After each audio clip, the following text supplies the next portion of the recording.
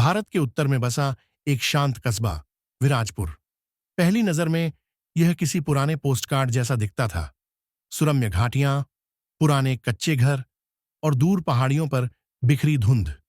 लेकिन इस सुंदरता के पीछे एक ऐसा रहस्य छुपा था जिसे कोई बोलना नहीं चाहता था। काला दरवाजा, शहर की सीमा पर स्थित एक पुराना टूटा हुआ महल, जिसके सामने एक विशाल लकड़ी का काला दरवाजा था। लोग कहते थे उस दरवाजे के अंदर जाने वाले कभी वापस नहीं आते, लेकिन सच क्या था यह किसी को पता नहीं था। विराज, कहानी का नायक, 19 वर्षीय विराज शहर से वापस आया था। उसके पिता ईशान कुछ साल पहले गायब हुए थे। पूरा शहर कहता था कि उनका अंतिम कदम काले दरवाजे के अंदर गया था। मां ने कभी बोलने की हिम्मत नहीं की, लेकिन विराज अब बड़ा हो चुका था और पिता की आखिरी निशानी, एक डायरी, उसके हाथ लग चुकी थी। डायरी के पहले पन्ने पर लिखा था, सच जानने के लिए डर के पार जाना पड़ता है। और अंतिम पन्ने पर, अगर मैं वापस ना आऊं तो मेरे बेटे को सच बताना। काला दरवाजा सिर्फ दरवाजा नहीं है, एक रास्ता है। विराज कांप गया। उसने सोच लिया, मैं काले दरवाजे का सच जानकर ही रहूंगा। कस्बे के बुजुर्गों की चेतावनी। विराज गांव के बुजुर्ग दिवाकर अंकल के पास पहुंचा। दिवाकर ने पूछा, तू वापस क्यों आया बेटा? विराज, पिता को ढूंढने। दिवाकर सख्त आवाज में बोले, काला दरवाजा मौत का रास्ता है। तुम्हारे पिता भी वहीं गए और फिर कभी लौटे नहीं। विराज बोला, अगर वो नहीं लौटे तो मैं लौट कर दिखाऊंगा। दिवाकर ने गहरी सांस ली। वे धीरे से बोले, अगर तू सच में वहां जा रहा है तो एक बात याद रख, उधर दिखने वाली हर चीज असली नहीं होती, और जो सच में असली होता है वो दिखाई नहीं देता। विराज उनकी बातों में छिपा डर देख पा रहा था, पर वह अब ठान चुका था। रात का सन्नाटा और पहला संकेत, रात अंधेरी थी। बाहर हवाएं गूंज रही थीं। विराज अपनी पिता की डायरी पढ़ रहा था। तभी खिड़की के बाहर से किसी के चलने की आवाज आई, धीमी, भारी, जैसे कोई जंजीर घसीटता हुआ चल रहा हो। टक टक टक। विराज ने बाहर देखा, कोई नहीं। अचानक उसे डायरी का एक पन्ना हलता दिखाई दिया। उसमें लिखा था, मैं अभी भी यहां हूं, दरवाजा बुला रहा है। विराज ने पन्ने को छुआ और एक तेज हवा का झोंका आया। कमरा अंधेरा हो गया। लाइटें झपकने लगीं और दीवार पर छाया बनकर उभरा एक वाक्य, आओ, मैं तुम्हारा इंतजार कर रहा हूं। विराज की रीढ़ में सर्द लहर दौड़ गई। लेकिन यह तो सिर्फ शुरुआत थी। अगली सुबह, सच्चाई की पहली खिड़की। विराज अगली सुबह काला दरवाजा देखने निकला। रास्ता सुनसान, पेड़ पुराने और हवा बहुत भारी महसूस हो रही थी। दूर से महल का दृश्य, काली दीवारें, टूटती छत और बीच में विशाल दरवाजा, जो शायद सदियों से नहीं खुला था। विराज पास गया। दरवाजे पर उकेरे गए निशान अजीब थे, जैसे किसी ने नाखूनों से गोद रखे हों। एक जगह लिखा था, जो अंदर जाएगा वह अपना सच देखेगा। विराज ने दरवाजे को हाथ लगाया। छूते ही उसने महसूस किया कि दरवाजा गर्म था, जैसे अंदर कोई गहरी आग जल रही हो। तभी पीछे से आवाज आई, तू यहां क्यों आया है? विराज चौंका। पीछे देखकर उसका दिल रुक गया। उसके पिता का दोस्त कबीर कई सालों से इस महल का पहरेदार था। कबीर का सच कबीर बोलना शुरू हुआ, विराज, तेरा बाप अंदर गया था, लेकिन वो डर कर नहीं मरा। उसे मौत से भी भयानक किसी चीज ने बुलाया था। विराज, क्या? कबीर, इस दरवाजे के पीछे एक और दुनिया है, जो हमारी दुनिया जैसी नहीं है। वहां समय रुक जाता है और इंसान अपने डर का सामना करता है। कई लोग पागल हो जाते हैं, कई लौट नहीं पाते। विराज चीखा, और मेरे पिता? कबीर ने गहरी सांस ली। तेरे पिता सच के बहुत करीब पहुंच गए थे, इसलिए वो लौट नहीं पाए। लेकिन तू? कबीर की आवाज कांप गई। अगर अंदर गया तो शायद लौट भी आए, या शायद नहीं। विराज शांत होकर बोला, मैं अंदर जाऊंगा, चाहे जो हो। कबीर ने हार मान ली। ठीक है, लेकिन अकेले नहीं।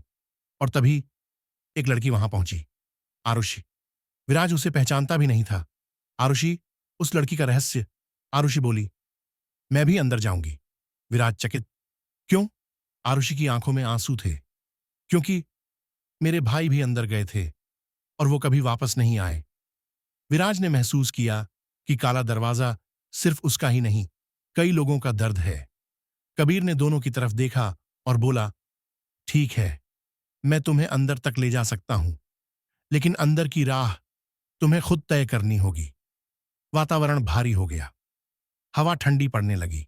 पेड़ों पर बैठे पक्षी अचानक उड़े, जैसे किसी खतरे को महसूस किया हो। काले दरवाजे पर एक धीमी घरघराहट शुरू हुई, जैसे दरवाजा खुद किसी की आवाज में बोल रहा हो, आओ। सुबह की हल्की धूप खिड़की के पर्दों से छनकर अंजलि के चेहरे पर पड़ रही थी, पर उसकी नींद टूटी एक अजीब सी आवाज से, जैसे कोई लकड़ी का दरवाजा धीरे से चर्र चर्र कर खुला हो। वह झटके से उठ बैठी। कमरा शांत था, पर उस शांति में भी एक बेचैनी थी, जैसे दीवारें भी कुछ कहना चाहती हों। अंजलि धीरे धीरे दरवाजे की तरफ बढ़ी। दरवाजा थोड़ा सा खुला था, जबकि उसने रात को खुद बंद किया था। कोई अंदर आया था, उसने सोचते हुए बाहर झांका। हॉल और बिल्कुल खाली था। बस हवा में वही पुरानी महक, गिले कपड़ों और पुराने लकड़ी की मिली-जुली खुशबू। लेकिन आज हवा में कुछ अलग था, मानो कोई उसके आसपास खड़ा हो, उसके हर कदम पर नजर रखता हो। हवेली का प्रतिबंधित कमरा। अंजलि ने रात में देखे रोशनी वाले कमरे के बारे में सोचना शुरू किया। क्या वह कोई सपना था, या हवेली उसे सच में बुला रही थी? वह वापस हॉल में उतरी और सीढ़ियों की ओर बढ़ी। नीचे आते ही उसकी नजर पड़ी। हवेली की बाईं दीवार पर एक पुराना बोर्ड लगा था, कमरा नंबर 7, प्रवेश वर्जित। ये वही दिशा थी जिधर रात को हल्की रोशनी दिखी थी। अंजलि के मन में हल्का डर, पर उससे कहीं ज्यादा जिज्ञासा थी। वह धीरे धीरे उस बंद कमरे की तरफ बढ़ी। कमरा बंद था, पर जमीन पर धूल में जूतों के हल्के निशान थे, और वो ताजे थे। क्या यहां कोई रहता है, या कोई आता है? उसने देखा, दरवाजे के नीचे से अंदर अंधेरा नहीं, बल्कि बहुत हल्की नीली चमक झलक रही थी। पल भर के लिए उसकी सांस रुक सी गई। प्रकाश या परछाई? अंजलि ने दरवाजे पर हाथ रखा। ठंडा, बेहद ठंडा, मानो दरवाजा लकड़ी नहीं, बर्फ का बना हो। धीरे से उसने धक्का दिया। दरवाजा चर्र की आवाज से खुलने लगा। अंधेरा था, पर उसी अंधेरे में एक कोने में हल्की नीली रोशनी टिमटिमा रही थी। कमरे में कदम रखते ही उसे एहसास हुआ, यह कमरा वर्षों से बंद नहीं था। यह रोज खुलता था। अंदर पुरानी किताबें, दीवारों पर अनगिनत निशान, और बीच में एक लकड़ी की मेज जिस पर एक पुरानी डायरी रखी थी। अंजलि धीरे धीरे आगे बढ़ी। डायरी किसी स्त्री की लग रही थी। उस पर लिखा था, वसुंधरा, 1978। उसने पन्ना खोला। वसुंधरा की डायरी, पहला रहस्य डायरी में। पहला वाक्य पढ़कर ही अंजलि के रोंगटे खड़े हो गए। जिस दिन मैंने इस हवेली में कदम रखा, उसी दिन मुझे पता चल गया, यहां मैं अकेली नहीं हूं। अंजलि ने आगे पढ़ा। दीवारों में किसी की सांसें बसती हैं। रात के तीसरे पहर कोई मेरे कमरे में आकर खड़ा हो जाता है। मैं आंखें खोलती हूं, लेकिन कोई नहीं दिखाई देता। फिर भी महसूस होता है कि कोई मुझे देख रहा है, बहुत करीब से। अंजलि की धड़कन तेज हो गई। पन्ना आगे पलटा।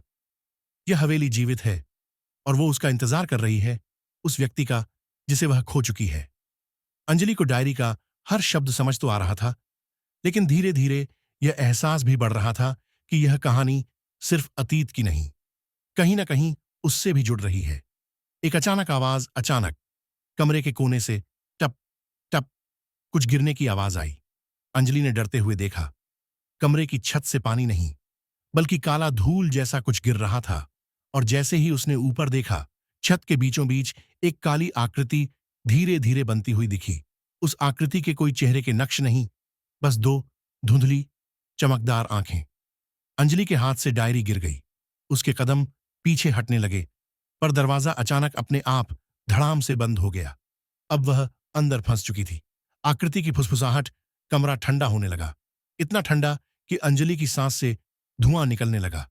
वह आकृति धीरे धीरे उसकी तरफ बढ़ रही थी, और तभी बहुत पास आकर उस आकृति ने एक ऐसी फुसफुसाती आवाज में कुछ कहा, जिससे अंजलि की आत्मा तक कांप उठी।